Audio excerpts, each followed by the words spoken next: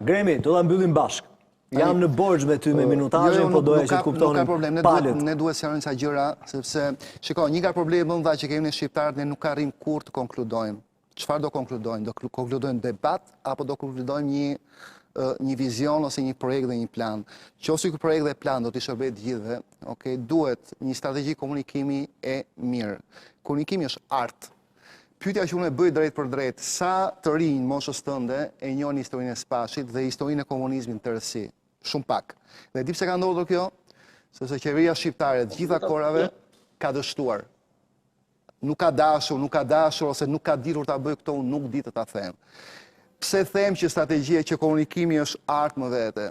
Nëse Auschwitz, prandaj do ta pyesja Nikon, do ta kishin lënë vetëm si një burg dhe nuk do ta kishin komunikuar ndryshe si, nuk do ishin bërë filma, nuk të ishe shkruar pafund, nuk do ishin bërë dokumentar dhe kronika, Auschwitzin shumë pak njerëz do ta njihnin sot.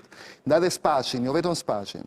Nëse do ngelet vetëm në këtë ambitin e atij restaurimit, do ngelet diçka fizike, le të themi, me mura dhe me tela me gjëmba, dhe nuk do din ta komunikojmë ndryshe, të shkruajmë, të bëjmë filma, të bëjmë dokumentar, ta tregojmë ndryshe historinë, njerëzit nuk do arrin kurrë ta kuptojnë, ta perceptojnë si jetojnë ato vite. Më thuaj ti, si do mund të ta perceptojë dikush nga ana vizive, këtë që Niko tha përpara, unë nuk e dija, për shkakun që gatuani në këtë dhomën aty me që ishin 7 veta. Si mund ta komunikosh këtë gjën përveç se duke bërë plane dhe skena filmi?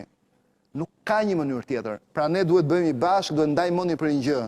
Edhe edicioni nuk është kundër projektit kinematografik. Po duhet mbështetur atëherë Niko, duhet mbështetur çdo lloj gjëje tjetër.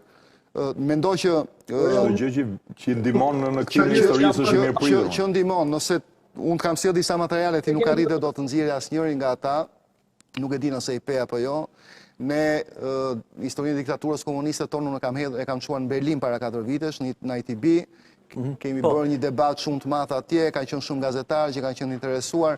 2 vite përpara po në ITB Berlin bashkë me drejtoreshën e Ukrainës, Ukraina që ti ta dish për shembull, ka filluar që tani të identifikoj sitet e bombardimeve, të luftës, të vrasjeve, të plaçkitjeve, sepse ka një plan konkret për t'i kthyer mbas lufte në pika referimi turistike që njerëzit duan t'i vizitojnë.